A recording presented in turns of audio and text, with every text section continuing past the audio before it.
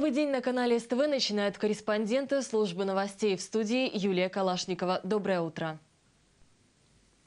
Расширение сотрудничества в сфере машиностроения. Турецкая делегация с визитом в Беларуси. Ее возглавляет замминистра индустрии, науки и технологий. В Минске стороны обсудят проекты двухстороннего сотрудничества в области промышленной кооперации. Один из них – сборка в Турции белорусских тракторов и МАЗов.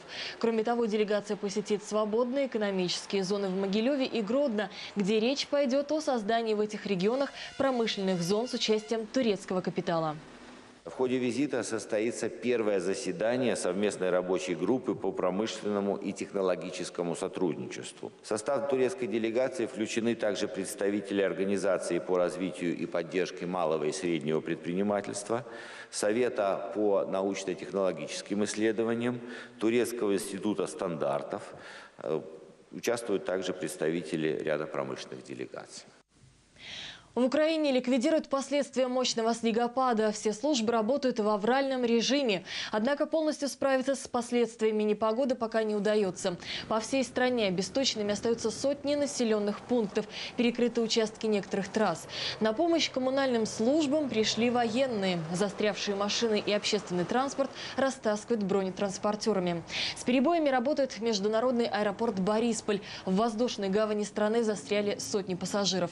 Из-за непогоды 25 марта объявлено в Киеве и области выходным днем. За сутки в столице Украины выпало больше месячной нормы осадков. Греция отмечает национальный праздник – День независимости. Это 192-я годовщина национальной освободительной революции. Восстание греческих патриотов 25 марта 1821 года привело к многолетней войне за независимость от Османской империи, завершившейся победой. Греция сейчас живет в режиме жесткой экономии. Таково требование европейских кредиторов для оказания помощи. Госдолг страны составляет около 170% ВВП. Правительство вынуждены сокращать пенсии, зарплаты и социальные выплаты. Дипломатическим отношениям Беларуси и Греции уже более 2 десятков лет. В 2011 году товарооборот составил около 90 миллионов долларов. У белорусских школьников начались весенние каникулы. В дни отдыха им предложат турпоходы, фестивали и соревнования. Оздоровление и досуг предусмотрен для всех возрастов.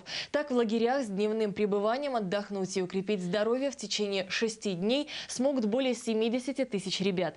Для детей организовано сбалансированное питание, а также проведение спортивных, оздоровительных и культурных мероприятий. А вот у юных интеллектуалов сейчас самая горячая пора. В Беларуси стартует заключительный этап предметной республиканской олимпиады.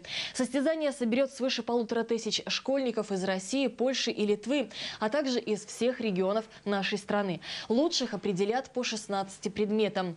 Так, соревнования по русскому языку и литературе пройдут в Минске. Юные программисты соберутся в Гродно. Химики и биологи покажут свои знания и опыт проведения экспериментов на базе учебных заведений Могилева. Лучшие по традиции получат дипломы и призы. Их ждет и еще один приятный бонус. Победители Олимпиады зачисляются на соответствующие специальности в вузы и СУЗы без вступительных испытаний. Фестиваль «Шлягеры на все времена» откроется сегодня в Минске. Лучшая музыка советских времен будет звучать в течение 3 дней в Большом зале Белгосфилармонии. В этом году Национальный академический концертный оркестр Беларуси решил обратиться к творчеству известных российских композиторов и артистов. Так, сегодня меломаны услышат программу Валерия Бодинский «Вечная весна».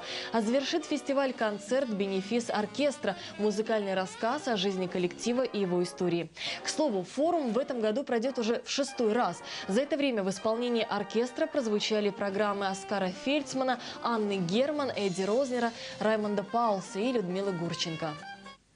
На этом выпуск завершен. Заходите на наш сайт ctv.by, звоните и делитесь своими новостями по телефонам горячей линии 290 66 00 или единица 600 700.